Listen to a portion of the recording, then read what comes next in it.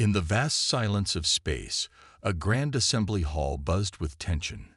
The Galactic Council, an alliance of advanced civilizations from across the stars, had gathered for what would be one of the most pivotal meetings in its history. At the center of it all stood John Carter, Earth's representative. His face was calm, but his hands trembled slightly as he adjusted the collar of his uniform. He could feel the weight of billions of lives resting on his shoulders. The council chamber was massive, with towering ceilings and walls that shimmered like liquid silver. Holographic displays floated above the circular table, showing maps of star systems, fleets, and resource distributions. Around the table sat representatives of alien races, some humanoid, others so strange they seemed to defy biology. Their eyes, or whatever passed for eyes, were fixed on John. Among them was Zorak, leader of the Krillian Empire. His sharp features and cold gaze made him look more like a predator than a diplomat. The meeting began without ceremony. A tall, insect-like council member named Vrax spoke first, his voice echoing through the chamber. Earth has been given centuries to prove itself worthy of joining our union, he said, his mandibles clicking as he spoke. Yet your species continues to act recklessly, consuming resources at unsustainable rates and ignoring treaties designed to maintain galactic peace. John swallowed hard but kept his composure. We've made mistakes, he admitted, his voice steady despite the storm inside him. But we're learning. Humanity is young compared to your civilizations, but we have potential. We want to contribute, not just survive. Zorak leaned forward, his metallic armor gleaming under the artificial light. Potential means nothing when actions speak louder. Your kind pollutes entire planets, disrupts ecosystems, and refuses to share technology equitably. You are a liability to this council. His tone was sharp, cutting through the air like a blade. Before John could respond, another council member chimed in, a soft-spoken being covered in glowing veins of light. There is also the matter of your military expansion, she said gently, though her words carried a heavy implication. Your weapons grow more destructive by the year. How can we trust you will use them responsibly? John clenched his fists behind his back. He knew these accusations weren't entirely unfair. Humanity had stumbled into the galactic stage too quickly, eager to claim its place among the stars. But now, those missteps were being used as justification for something far worse, an ultimatum. Finally, the council's leader, an ancient creature known only as the Arbiter, raised a crystalline hand to silence the room. Its voice resonated deeply, almost hypnotic. Enough. The decision has been made. Earth must surrender its autonomy to the Council. You will disarm your weapons, open your borders to inspection, and allow us to guide your development. Refusal will result in intervention. The word hung in the air, heavy and ominous. John felt a chill run down his spine. Intervention meant war, and humanity wasn't ready for that. Not against the combined might of the Galactic Council. Back on Earth, news of the ultimatum spread quickly. President Laura Bennett watched the live feed from her office in Washington, D.C., her expression unreadable. She turned to her advisors who were already debating options. Some argued for compliance. Others suggested defiance. But deep down, Laura knew neither path guaranteed survival. As night fell over the planet, protests erupted in cities worldwide. People marched with signs reading, "Stand strong," and "No surrender." Others prayed, hoping for a miracle. In New Mexico, Dr. Emily Grant worked late in a secret lab, unaware that her discovery might soon become humanity's last hope. For now, Earth waited, holding its breath, bracing for what came next. In a hidden underground facility, deep beneath the deserts of New Mexico, Dr. Emily Grant sat hunched over her computer screen. The soft glow of monitors illuminated her tired face as she scrolled through endless lines of data. Around her, the hum of machines filled the air, mingling with the occasional clink of tools being used by her team. This was no ordinary research lab. It was Earth's best-kept secret. For decades, scientists had known about the mysterious artifact buried under Antarctica's ice. Discovered during a routine geological survey, it looked like nothing more than a jagged piece of black crystal at first glance. But when they brought it back to the surface and analyzed it, they realized it was far more advanced than anything humanity had ever seen. The artifact contained intricate patterns etched into its surface. Patterns that, after years of study, revealed themselves to be schematics for a weapon unlike any other. Emily had spent most of her adult life trying to decode those schematics. At first, many dismissed the project as a waste of time. Some even argued that building such a weapon could destroy Earth faster than any alien invasion. But now, with the Galactic Council's ultimatum looming over humanity, Emily saw new urgency in her work. If Earth wanted to survive, it needed something powerful enough to make their enemies think twice. Dr. Grant called out Robert Hayes, one of the engineers working alongside her. He held up a tablet displaying a complex diagram. "We've finished running simulations on the energy output. It's incredible." Emily walked over and studied the numbers. Her heart raced as she realized just how close they were to making the weapon a reality. According to the calculations, the device, dubbed Eclipse, could harness dark matter to create a singularity. A singularity wasn't just a fancy term. It was a point where gravity became so strong that not even light could escape. In theory, Eclipse could tear apart entire fleets or destabilize planets unlucky enough to be caught in its wake. But there was a catch. Creating a singularity required immense power, more than Earth's current technology could safely generate. And if something went wrong, the consequences would be catastrophic. Emily knew this all too well. Still, she couldn't ignore the potential. Humanity was backed into a corner, and sometimes desperate times called for desperate measures. That evening, Emily sent a detailed report to President Laura Bennett. She included everything: the science behind Eclipse, the risks involved, and the likelihood of success. When Laura received the message, she read it twice before calling an emergency meeting with her advisors. "This is insane," muttered General Samuel Lee, shaking his head. "If we screw this up, we're not just talking about losing a battle. We're talking about wiping ourselves off the map." Laura nodded slowly. "I know the risks. But let's be clear. Surrendering isn't an option either. We need to show the Council and Zorek that we're not going to roll over without a fight." The room fell silent as everyone weighed the options. Finally, Laura turned to Emily, who had joined the call from her lab. "How long do you need?" 3 weeks, Emily replied without hesitation. "Maybe less if we push hard enough." Laura took a deep breath. "Then you've got it. Do whatever it takes." Back in New Mexico, Emily felt a mix of excitement and dread. She gathered her team and laid out the plan. They would build Eclipse using every resource available, pulling engineers and materials from across the globe. Sleep would become a luxury none of them could afford. Mistakes weren't an option, not when the fate of humanity hung in the balance. As the days passed, the facility buzzed with activity. Machines whirred, sparks flew, and voices echoed through the halls as workers pieced together components based on the ancient schematics. Emily barely left her station, fueled by coffee and sheer determination. Late one night, as she stared at the partially assembled weapon, she whispered to herself, "Please let this work." Unbeknownst to her, thousands of miles away, people around the world watched the news and prayed for a miracle. Little did they know, Earth's salvation, or destruction, was taking shape in the quiet solitude of the New Mexican desert. The construction of Eclipse became a race against time. In the underground facility, engineers and scientists worked around the clock, their faces lit by the glow of screens and welding torches. Dr. Emily Grant moved between teams, offering guidance and solving problems as they arose. Every second counted, and the pressure was immense. The Galactic Council's deadline loomed closer with each passing day, and everyone knew failure wasn't an option. Robert Hayes, one of the lead engineers, stood near a massive metal frame that would house the weapon's core.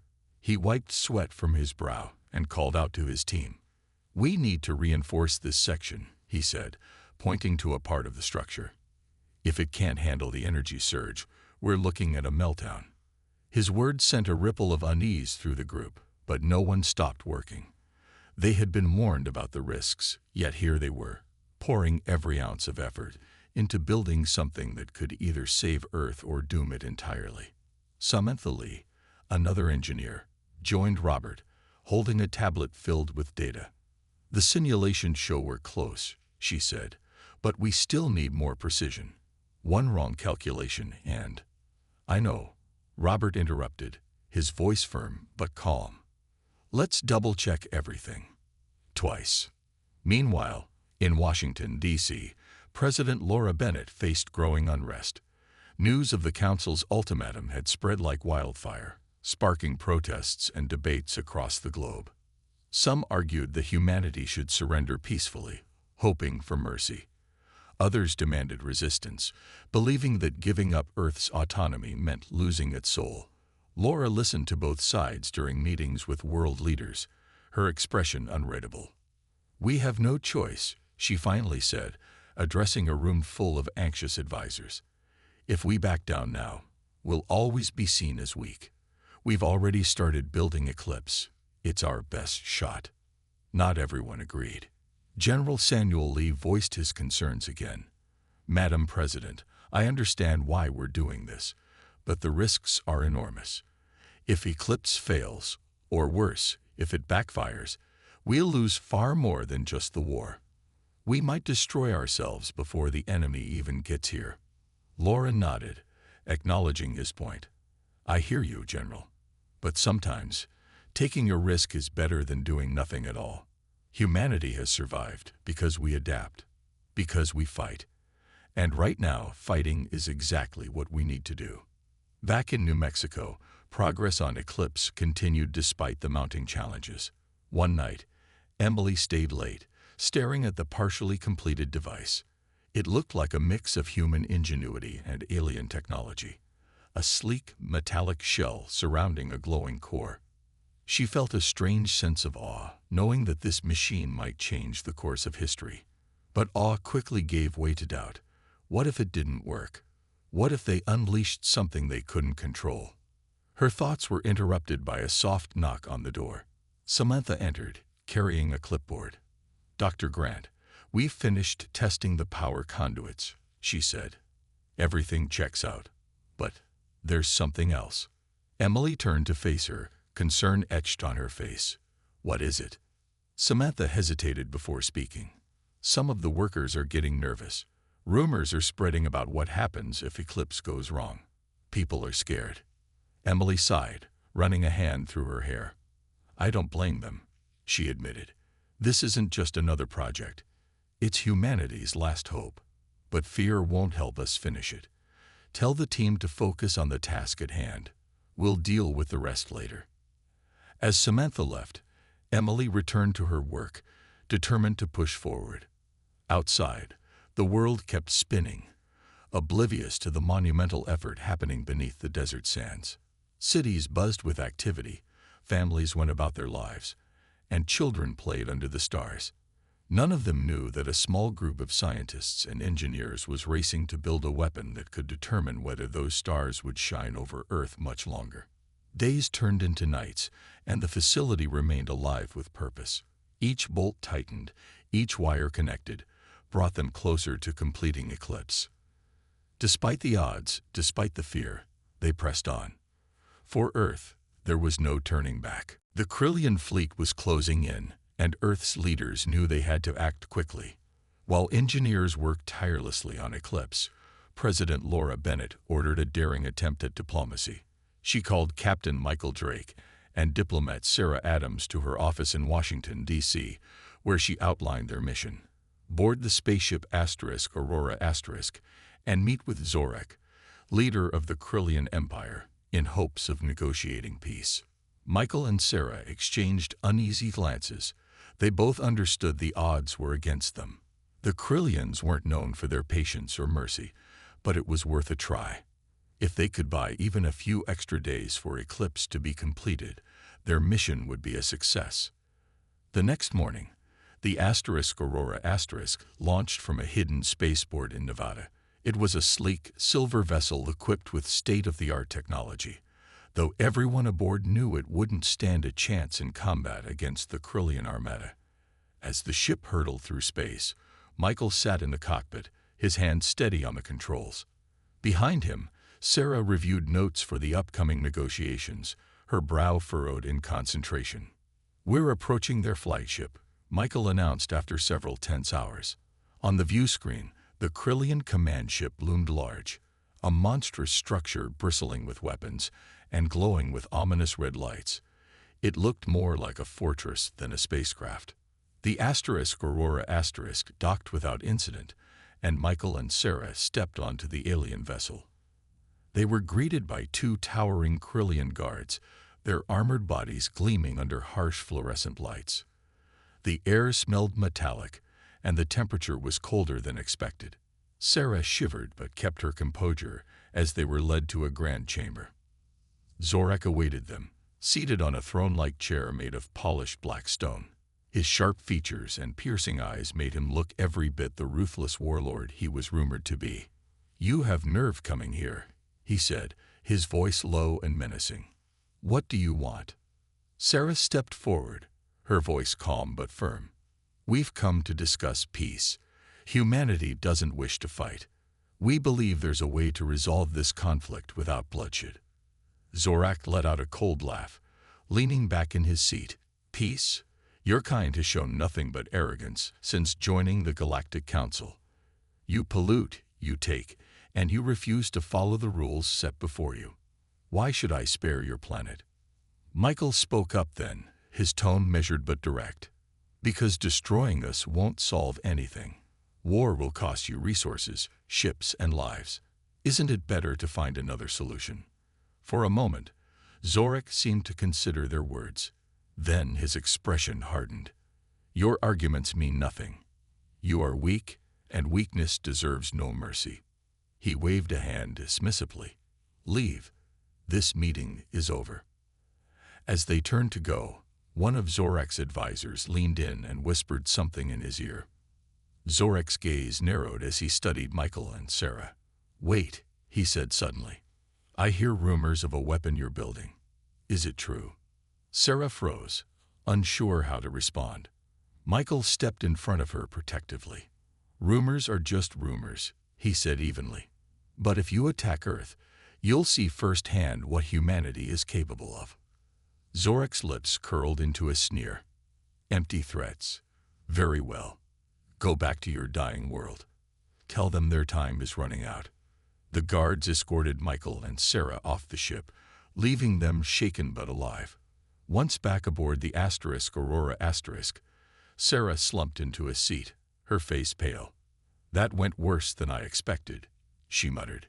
"It could have been worse," Michael replied grimly. "At least we're still breathing.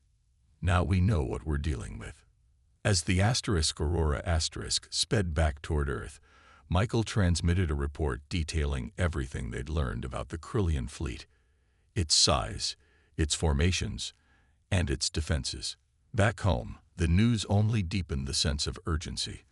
Time was slipping away, and humanity's fate rested squarely on the shoulders of those working to complete Eclipse.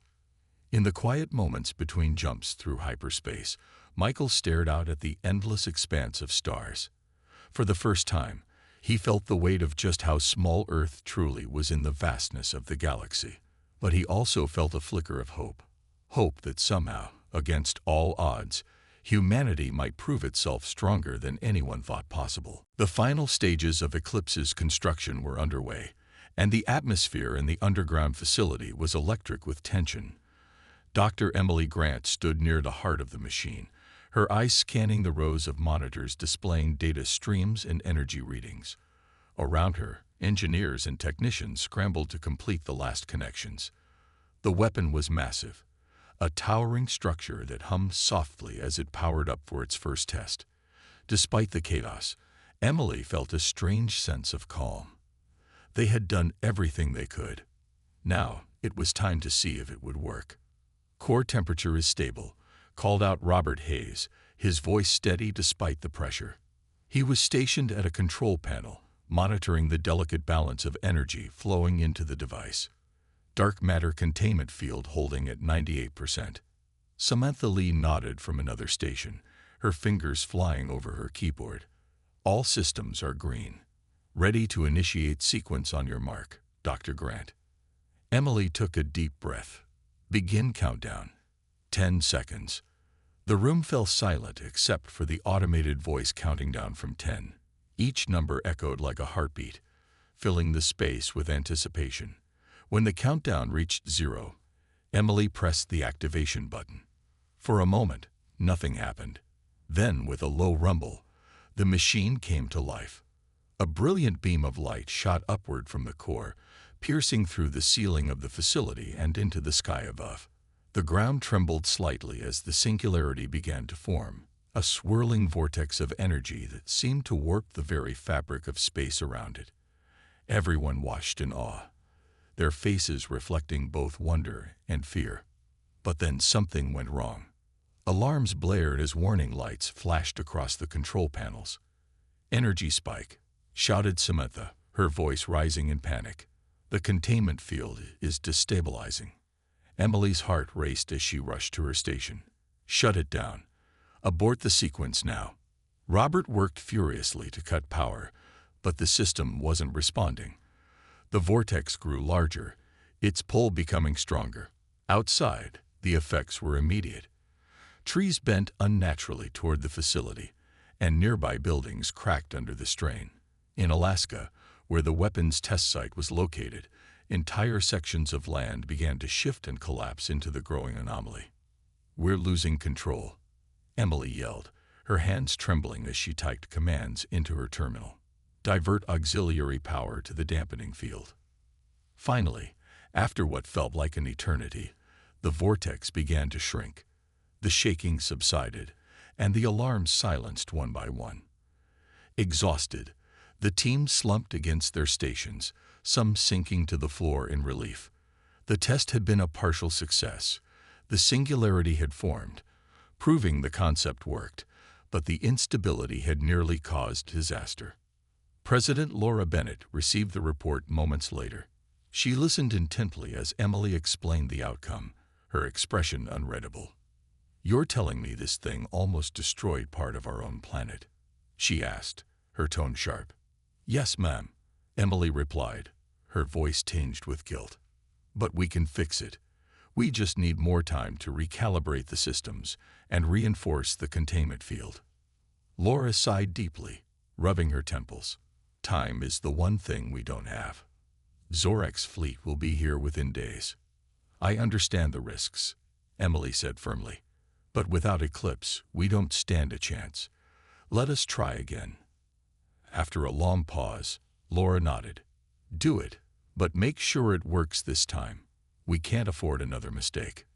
Back in New Mexico, Emily gathered her team for an emergency meeting. "We know what went wrong," she told them, "and we know how to fix it. But I won't lie, this next attempt will push us to our limits. Are you with me?" The response was unanimous. No one spoke, but every head nodded in agreement. They understood the stakes. Failure meant not only the loss of Earth, but also the end of humanity's fight for survival. As they returned to their stations, Emily allowed herself a brief moment of reflection. She thought about the people outside the facility, the families, the children, the ordinary citizens who had no idea how close they had come to catastrophe. The weight of responsibility pressed heavily on her shoulders, but she pushed it aside. There was no room for doubt now. Humanity's future depended on Eclipse, and she wouldn't let them down. The countdown to the second test began, and once again, the fate of Earth hung precariously in the balance. In the tense hours following the near-disastrous test of Eclipse, news of its existence began to spread. Though not in the way anyone had hoped, Richard Cole, a high-ranking official in Earth's government, sat alone in his dimly lit office, staring at classified documents on his computer screen.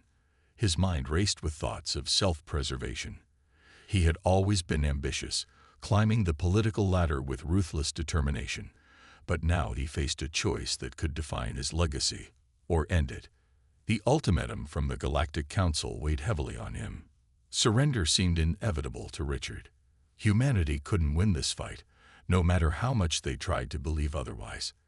The Krillians were too powerful, their fleet too vast. And Eclipse. It was a gamble, a reckless experiment that could destroy Earth faster than any alien invasion. Richard didn't want to be part of a losing battle, and he certainly didn't want to die for a cause he didn't believe in. Late that night, he made his decision. Using an encrypted communication device, he contacted Zorak's forces directly. The message was brief but damning. Earth is building a weapon capable of creating singularities. If you act quickly, you can stop them before it's fully operational. He included coordinates to the underground facility in New Mexico, where Eclipse was being constructed. When the transmission ended, Richard felt a mix of relief and guilt. He told himself it was for the greater good, that by surrendering, he might save countless lives. But deep down, he knew the truth. This wasn't about saving anyone. It was about saving himself. Meanwhile, back at the facility, Dr. Emily Grant and her team worked tirelessly to recalibrate Eclipse. Morale was low after the failed test, but there was no time to dwell on mistakes. Every second counted as the Krillian fleet drew closer. Emily barely slept, her focus entirely on fixing the containment field and ensuring the next attempt would succeed. Unbeknownst to them, Zorak received Richard's message. At first, he dismissed it as a bluff. Humans building such a weapon? Impossible. They were too primitive, too disorganized. But curiosity got the better of him. He ordered one of his scouts to investigate the location provided in the transmission. The scout returned hours later with images of the underground facility. Massive machinery hummed beneath layers of rock and steel, and scientists moved about like ants preparing for war. Zorak's eyes narrowed as he studied the footage. So the humans think they can challenge us, he muttered to himself, a cruel smile spreading across his face. Let them try. Despite learning about Eclipse, Zorak decided not to act immediately. In his arrogance, he believed the weapon posed no real threat. Even if it worked, humanity lacked the skill to use it effectively. Instead, he saw this betrayal as confirmation of their weakness. Divided and fearful, humans were already losing the battle within themselves. Back on Earth, President Laura Bennett called another meeting with her advisors. Tensions were running high as reports of strange activity near the facility began to surface. Unidentified ships had been spotted hovering just outside Earth's atmosphere, and surveillance systems detected unusual energy readings. "We've got a leak," General Samuel Lee said grimly, slamming a folder onto the table. Inside were intercepted communications suggesting someone in the government had betrayed them. Whoever it is gave the Krillians intel about Eclipse. Laura clenched her fists, anger simmering beneath her calm exterior. "Find out who did this," she ordered sharply. "And when we do, remind them what happens to traitors." As investigations began, Richard grew increasingly nervous. He avoided meetings, stayed late in his office, and deleted every trace of his communication with the Krillians. But paranoia gnawed at him. Had they tracked his messages? Would he be caught? For now, though, attention remained focused on Eclipse. The team prepared for its second test, unaware of the danger lurking just beyond Earth's orbit. Betrayal had struck from within, but instead of breaking humanity's spirit, it ignited a fire of defiance. No matter what came next, Earth was ready to fight, and prove itself stronger than anyone expected. The day of reckoning had arrived. The Krillian fleet loomed in the skies above Earth, a vast armada of ships that blotted out the sun in certain regions. Cities across the globe prepared for the worst, their streets filled with panic and chaos. People huddled in shelters, clutching loved ones as evacuation alarms wailed in the background. In spaceports around the world, rockets launched hurriedly, carrying civilians to orbital stations or distant colonies, anywhere they might find safety. Captain Michael Drake stood on the bridge of the Aurora *, his face grim as he watched the enemy fleet assemble. The ship was small compared to the massive Krillian vessels, but it carried some of Earth's most advanced fighters. Beside him, Sarah Adams reviewed tactical data, her eyes scanning screens filled with maps and enemy movements. "They're positioning themselves for an orbital bombardment," she said quietly. "If we don't stop them now, they'll tear through our defenses like paper." Michael nodded, gripping the edge of the control panel. "Then we buy time. Eclipse isn't ready yet, but if we can hold them off long enough." His voice trailed off, but Sarah understood. They both knew the odds were against them. Still, surrender wasn't an option, not when so much depended on their efforts. With a deep breath, Michael activated the ship's comms system. "All pilots, prepare for launch. We engage on my mark." Below, in New Mexico, Dr. Emily Grant and her team worked frantically to complete the final adjustments to Eclipse. The air in the facility buzzed with tension as engineers double-checked every connection and recalibrated the containment field. Emily moved between stations, offering guidance and encouragement. Her hands trembled slightly, but her voice remained steady. "We've got one shot at this," she reminded everyone. "Make it count." In Washington, D.C., President Laura Bennett addressed the nation in a live broadcast. Her expression was calm but resolute as she spoke. "Today, humanity faces its greatest challenge. But I want you to remember something. We are not alone. Every person on this planet is united in this fight. Together, we will show the galaxy that Earth is not to be underestimated." Her words inspired hope, even as explosions began to rock cities under attack. Fighter squadrons launched from bases worldwide, swarming toward the Krillian fleet in a desperate bid to slow their advance. Among them was Michael's squadron, flying sleek interceptors armed with experimental weapons. As they approached the enemy, the scale of the battle became clear. The Krillians outnumbered them 10-1. "Stay sharp," Michael said over the comms, his voice firm despite the chaos. "Focus on disabling their cruisers. Hit hard and fast." The first wave of fighters clashed with Krillian drones, bursts of light filling the darkness of space as lasers and missiles streaked back and forth. Michael led his team with precision, weaving through enemy fire and targeting key ships. For a moment, it seemed they might hold their ground, but then reinforcements arrived, overwhelming the human forces. One by one, pilots reported casualties.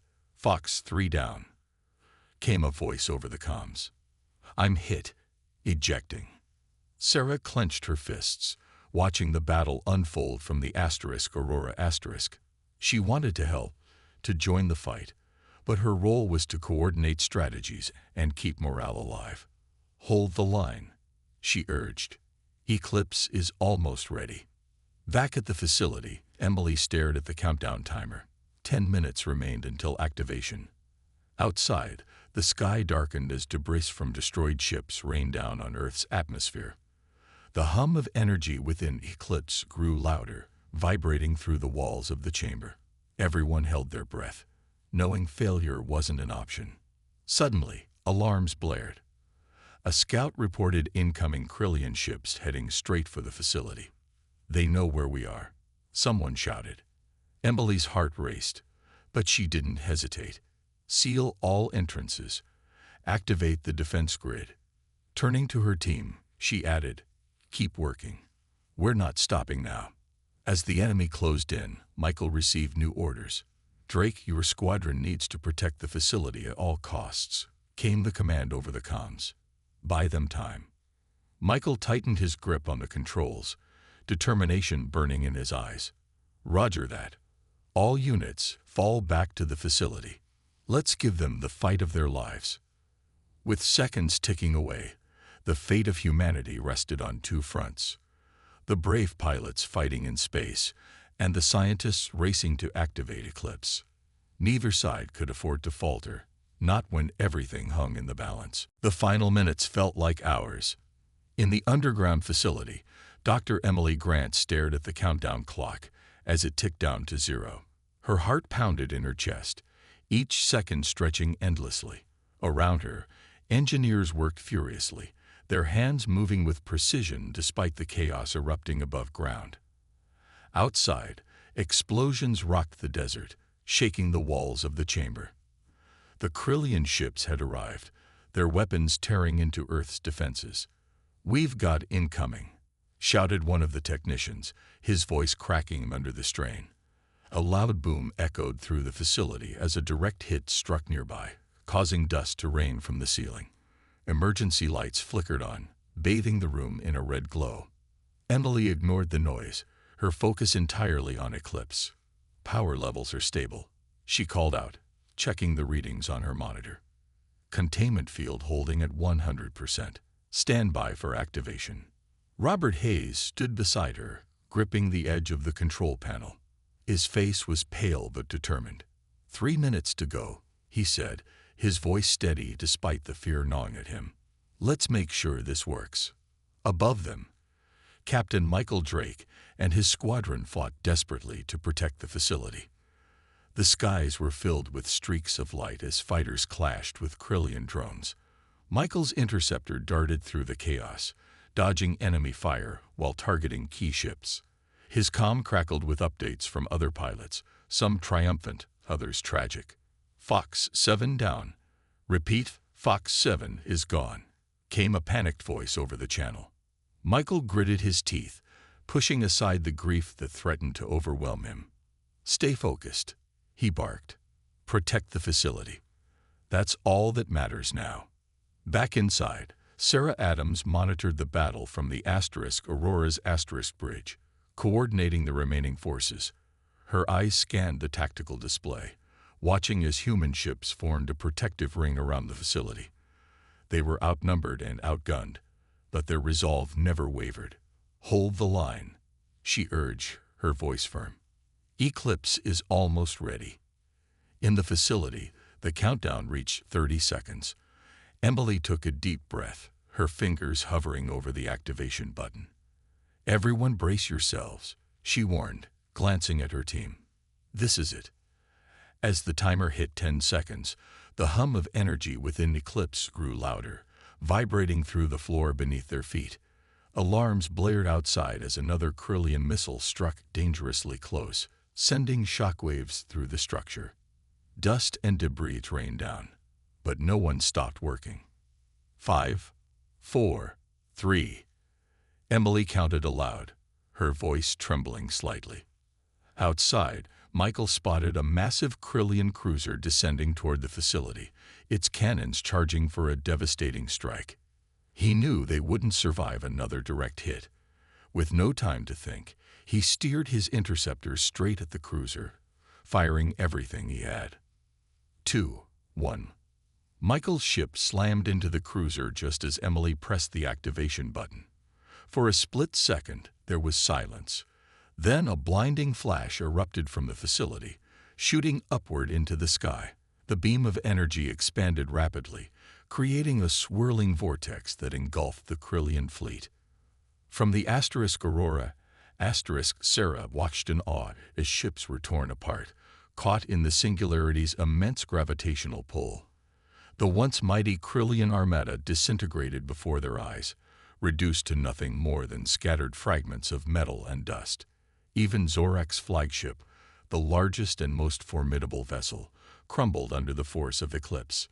Inside the facility, everyone collapsed in exhaustion, relief washing over them as the humming subsided. Emily sank to her knees, tears streaming down her face. They had done it. They had saved Earth. But the victory came at a cost. Above ground, fires burned across the landscape and wreckage littered the horizon. Michael's sacrifice weighed heavily on those who survived. Though the immediate threat was gone, the scars of battle would remain for years to come. Earth was safe, but the galaxy would never look at humanity the same way again. The aftermath of Eclipse's activation left Earth in stunned silence. The once mighty Krillian fleet was gone, reduced to fragments scattered across the void of space. News of the victory spread quickly, but it brought little comfort to those who had witnessed the devastation firsthand. Cities lay in ruins, their streets empty except for emergency crews working tirelessly to clear debris and tend to survivors. The cost of humanity's survival was etched into every crater and shattered building. In the days that followed, the Galactic Council convened once more. This time, however, the atmosphere was different. The council chamber, usually filled with confident debates and calculated discussions, was eerily quiet. Representatives from alien civilizations exchanged uneasy glances as they waited for the meeting to begin. At the center of it all stood John Carter, Earth's representative, his expression calm but resolute. When the session started, the arbiter, the council's ancient leader, spoke first. Its voice resonated through the room, heavy with both awe and unease. Earth has demonstrated capabilities beyond what we believed possible, it said, its glowing form casting faint shadows on the walls. But such power comes with consequences. Zorak, or what remained of him, appeared via hologram. His image flickered, damaged from the loss of his flagship. Gone was the arrogance that had defined him. Now he looked weary, almost defeated. "Your species is reckless," he growled, though his tone lacked conviction. "You claim to seek peace, yet you wield destruction without hesitation." John stepped forward, meeting Zorak's gaze without flinching. "We didn't ask for this fight," he replied firmly. "You gave us no choice. We defended ourselves because surrender wasn't an option. Not for us, not for anyone." The room fell silent as John's words sank in. Some council members nodded in agreement, while others shifted uncomfortably in their seats. Vrax, the insect-like representative, clicked his mandibles thoughtfully. Perhaps humanity's actions were justified, he admitted reluctantly. But can we trust them to use such power responsibly? President Laura Bennett watched the proceedings from Earth, her face tense as she listened to the live feed. Beside her, General Samuel Lee shook his head. "They're scared," he muttered. "For centuries, they've looked down on us, treated us like children. Now they don't know how to handle us." Laura nodded slowly, her mind racing. She knew the Council's decision would shape Earth's future. If they punished humanity for using Eclipse, it could mean sanctions, or worse, another war. But if they acknowledged Earth's strength, it might open doors to new alliances and opportunities. Back in the council chamber, John addressed the assembly one final time. "Humanity isn't perfect," he began, his voice steady. "We make mistakes, just like any other civilization. But we learn from them. What you saw wasn't recklessness, it was resilience. We won't roll over and let ourselves be erased. And we won't back down when faced with injustice." His speech struck a chord. Several representatives whispered among themselves, their tones softer than before. Even Zorak seemed taken aback, though he quickly masked his surprise with a scowl. Finally, the arbiter spoke again. "This council will deliberate further," it announced. "But one thing is clear. Humanity cannot be ignored any longer. Your actions have proven that Earth is not merely a fledgling world. It is a force to be reckoned with." As the meeting adjourned, John returned to Earth, greeted by cheers from those who had gathered outside the United Nations headquarters. Yet amidst the celebration, he couldn't shake the weight of what had happened. Humanity had earned respect, but respect came with responsibility. The galaxy was watching now, and Earth's next steps would define its place among the stars. For better or worse, the age of human insignificance was over. Months passed since the activation of Eclipse, and Earth began to heal. The scars of battle still lingered. Burnt landscapes, broken cities, and countless lives changed forever. But humanity had proven its strength. Slowly, life returned to a sense of normalcy. People rebuilt their homes, schools reopened, and children once again played under the sun. Yet beneath this recovery lay a quiet determination. Earth was no longer the same planet it had been before the Krillian invasion. President Laura Bennett stood on a stage in Washington, D.C., addressing a crowd gathered for a ceremony honoring those who had fought and sacrificed. Behind her stood Dr. Emily Grant, Captain Michael Drake's surviving crewmates, and other key figures who had played vital roles in humanity's survival. A large screen displayed images of the fallen, the pilots, engineers, and soldiers who had given everything to protect Earth. Today, we honor not just their courage, but also the spirit of humanity itself, Laura said, her voice strong and clear. We faced an enemy that sought to erase us from existence, yet we stood firm. We showed the galaxy what it means to fight for our home, and for each other. The crowd erupted into applause, but Laura's thoughts drifted to the future. Humanity had earned respect, yes, but she knew the road ahead wouldn't be easy. Trust took time to build, especially among civilizations that had long underestimated Earth. Still, she felt hope. For the first time, humanity wasn't just reacting. It was leading. In New Mexico, Emily Grant walked through the now quiet facility where Eclipse had been built. The massive machine sat dormant, its power drained after saving the planet. She ran her hand along its smooth surface, remembering the sleepless nights and endless calculations. It had worked. That much was undeniable. But she couldn't shake the feeling that there was more to learn from the ancient artifact that had inspired it. Her team continued studying the alien schematics, uncovering new details about the technology. One day, while examining fragments of the artifact, Emily noticed something unusual, a series of symbols etched into its core. They hadn't meant anything during the rush to build Eclipse, but now, with time to analyze them carefully, she realized they might point to other devices hidden across the galaxy. This changes everything, she whispered to herself, excitement bubbling inside her. If these symbols were coordinates, then humanity wasn't alone in possessing such advanced tools. Other relics could exist, waiting to be discovered. And if Earth could find them first, it might gain even greater leverage among the stars. Meanwhile, in orbit, the Aurora prepared for a new mission.